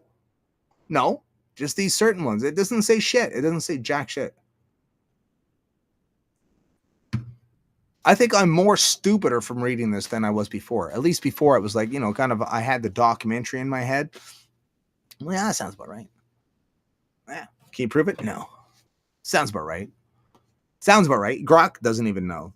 You just listed a bunch of fucking people. And left out the Jews. Left them out, though. Yeah, he left them out. He didn't include them. There's a list you can go. You can read just sort of an overview of what Grok, sort of his synopsis of it. No word of Jews in there. There's no Jews in there at all. Jack Ruby and this guy and that guy and this guy and the mob and this family or that family and the CIA and da da da.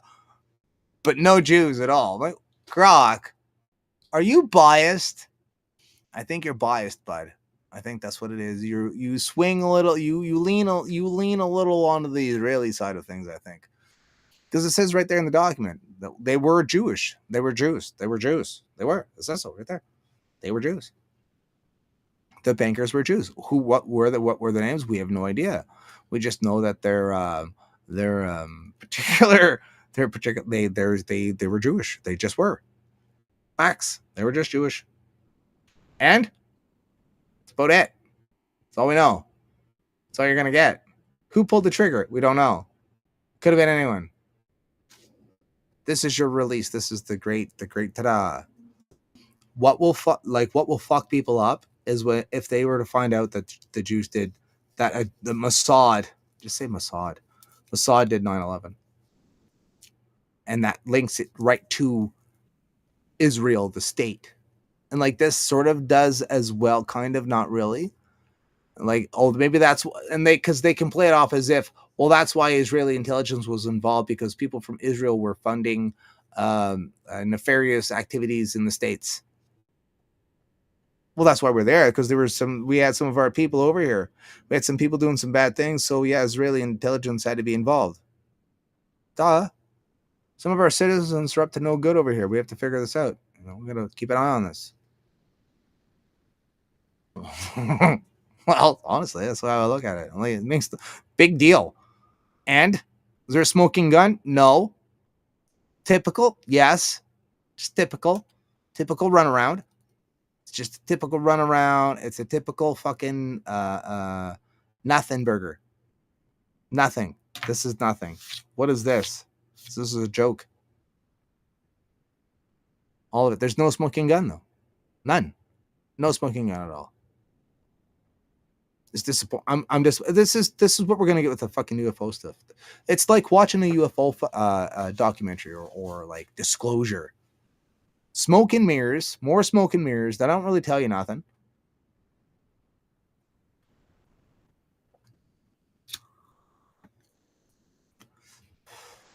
I think that's why I have to wonder now if that's why when all the presidents come out and what do we know about JFK? Well, not a lot.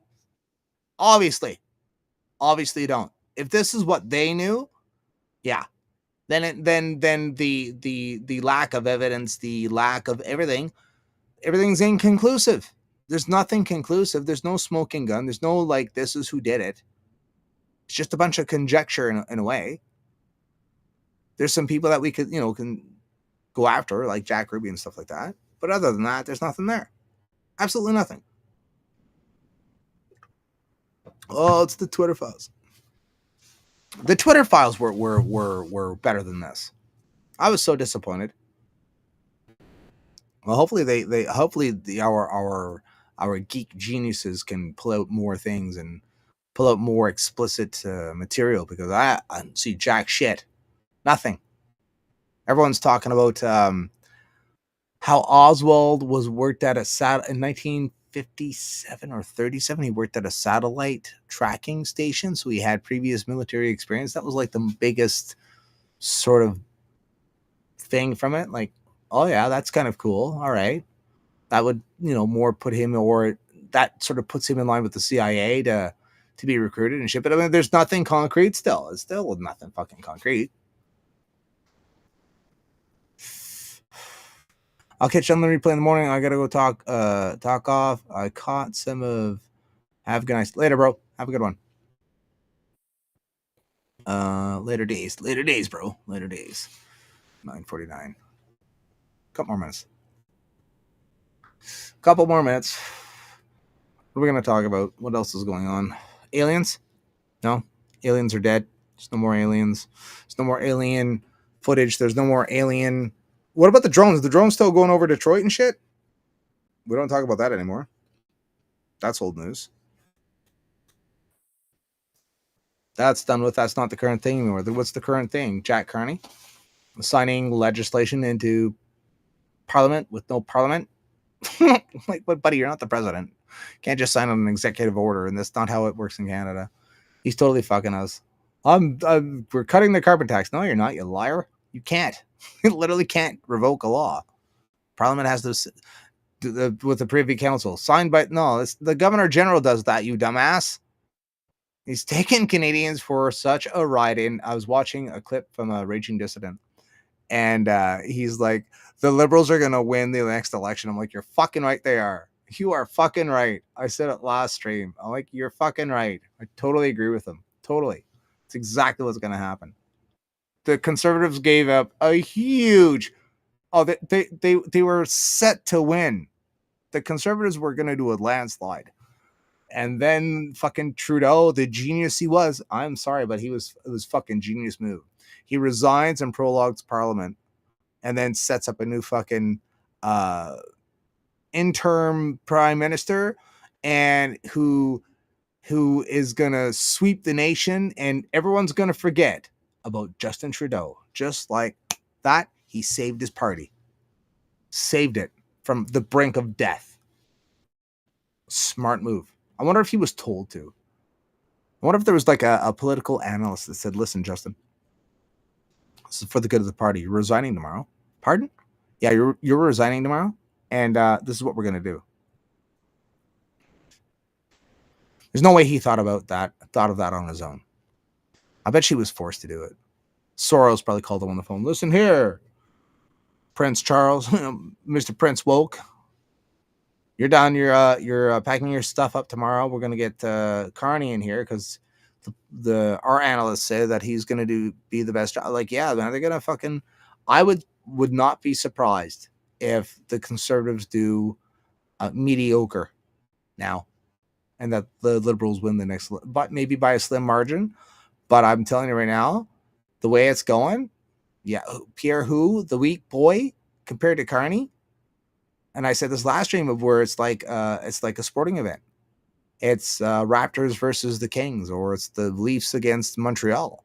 Who's got the better team? Well, right now with their new lead, with their new captain on team there, Carney. Yeah, I don't know, bud. If they put them in a ring, I would say that Pierre would lose. He looks weaker. He feels weaker. And it's all about perception and with politics. It's about perception, how people perceive you. He's perceived weaker than Carney. Carney looks stronger, and it's all about perception. Yeah, I think the Conservatives just got fucked. Totally got fucked.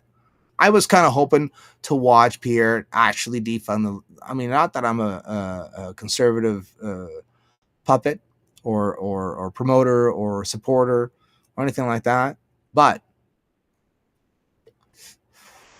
I was half curious to see if he would actually defund the CBC. That would have been interesting to see him pull the shit that he was talking about. Would have been kind of cool to watch.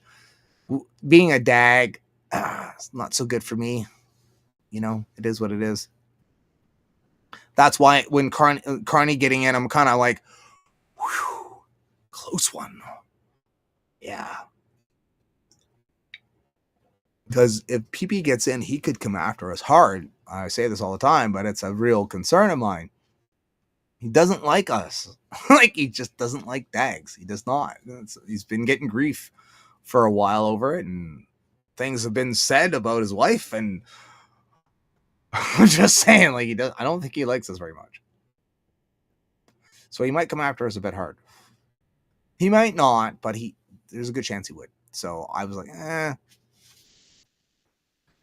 we'll see what happens with Carney. See if he pulls us down. And I mean, if you want to be an accelerationist, I've said this before, if you want to be a true accelerationist, what you would do is you would vote liberal. You would vote for all the woke policies. Why? Because it's tearing the country apart. An accelerationist wants the country to fall apart so that we can rise into the new form of whatever that may be. In their mind, they think that's going to be perfect for them, but they're going to be sadly mistaken when they're marched up against the wall and shot in the back of the head. But hey, what do I know? You know, that's these guys voting for liberal, and the truest accelerationists are the ones voting liberal, and they're trying to promote these woke ideologies to rip the country apart so that they come out on top. That's what an accelerationist is, a true accelerationist. That's what he would do. I mean, he definitely would not fight the system, because you're not accelerating it, you're trying to decelerate it. So that makes no sense. If you're fighting the system, you're trying to decelerate it. You're not trying to accelerate it. You're not trying to accelerate any problem. You just want the one that's going to stop. That's what a dissident is. They want the current system to stop doing what it's doing. That's not to accelerate it. Why we are not. If you were part of Diagon, you are not an accelerationist. If you are part of the Plaid Army, call yourself a bigot. You are not an accelerationist. You are not. Maybe a de-accelerationist, possibly, because you're trying to stop the system. So that's my opinion on that. Carney's, I pretty much. Yeah, I think so. I agree with you too. Yeah, I think he is. Diagon Space Force. I'm pretty sure of it. I don't know. That's just my opinion on it. When I look at it, we'll see. We'll see what happens. What can any one person do? Not a lot. But if you join a group or community, you start networking in a community. Get into politics. Find other people. Find other like-minded people in your area that can actually. If you live in a small town, anyways, you can affect the change in your town by getting together, going to your town council meetings. Fuck the provincial, fuck the federal. Go to your town council meetings. Go there. Vote the way you want it to vote. Talk to the other people. Get them to vote the way you want to vote. Start there. In Hamilton, I don't know. Hamilton's a different story. It's a city, for fuck's sakes. But it's a fucking city.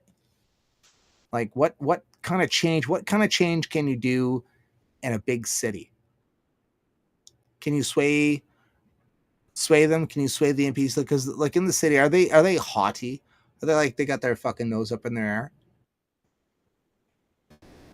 Do they think they're better than you in the city versus a small town? In a small town, you see like Mary across the street. Town councils, you probably barbecued, or maybe the person's your mayor in a smaller town. But in the city, it's like, well, no, they live in the rich area. They are, got their fucking nose so far stuck up their ass that they don't see the forest for the trees. Go with their pension. Go with their woke ideologies. Fucking my roommate. He's like, oh, mail came for you. What? It's on my phone or something. And he slaps down the fucking flyer of Matthew Green. He goes, oh, I know you're a big supporter. And this Matthew Green is a fucking woke commie pinko. And I fucking died laughing. I'm like, you fucking asshole. Like, that's not funny. I'm like, oh, I got a use for it, all right? It's good to fucking start the fire with, or maybe some fucking toilet paper. That's about it. Matthew Green, fuck you, buddy. Fucking asshole. He's woke. Can you and I emailed him back when he didn't want Jordan Peterson there. I'm like, Matthew, like, what the fuck, dude? I thought you were cool. What the hell, bud? He's like, oh, I'm sorry you're disappointed. That's it? You're sorry I'm disappointed. And then you hear him talking. He talked about us. He talked about Diagolon in Parliament, how bad we are and what a threat to democracy we are. Like, fuck off, buddy. We're a bunch of TV actors and fucking it's a fan base. Like, what the fuck? Like, stop.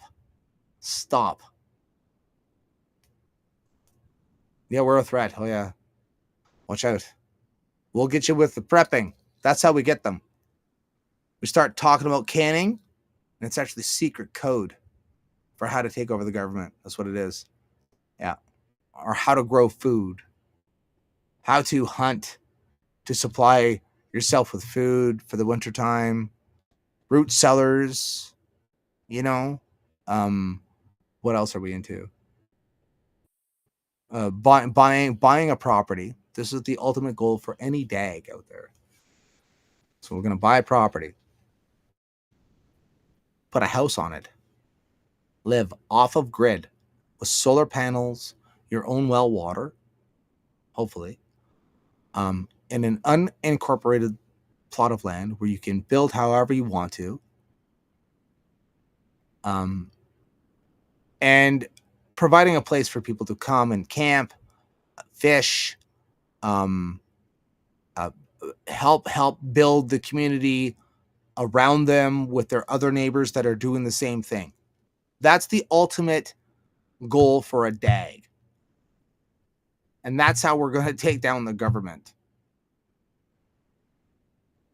I think these people have a very strange idea. They're looking for the boogeyman. That's what they're doing. They're looking for the boogeyman. They can't find him. They cannot find the boogeyman. Where the hell is he? Well, he must be over here in this community over here. Why? Well, because they don't support the current thing. No, we don't. We need a whole brand new political system. That's what we need. We're going into overtime. It's happening. It's happening. It's going. We're going into overtime. I just looked down at the clock on. Holy fuck. Content that's off the ground. This, of course, is screech. Fucking deadbeat motherfucker. Fucking deadbeat. To the fact that people are eating dogs. Yeah, kill, but we're completely doomed, and there's nothing we can do. And they're like, this is like. Yeah. I think what we need is a whole new political system.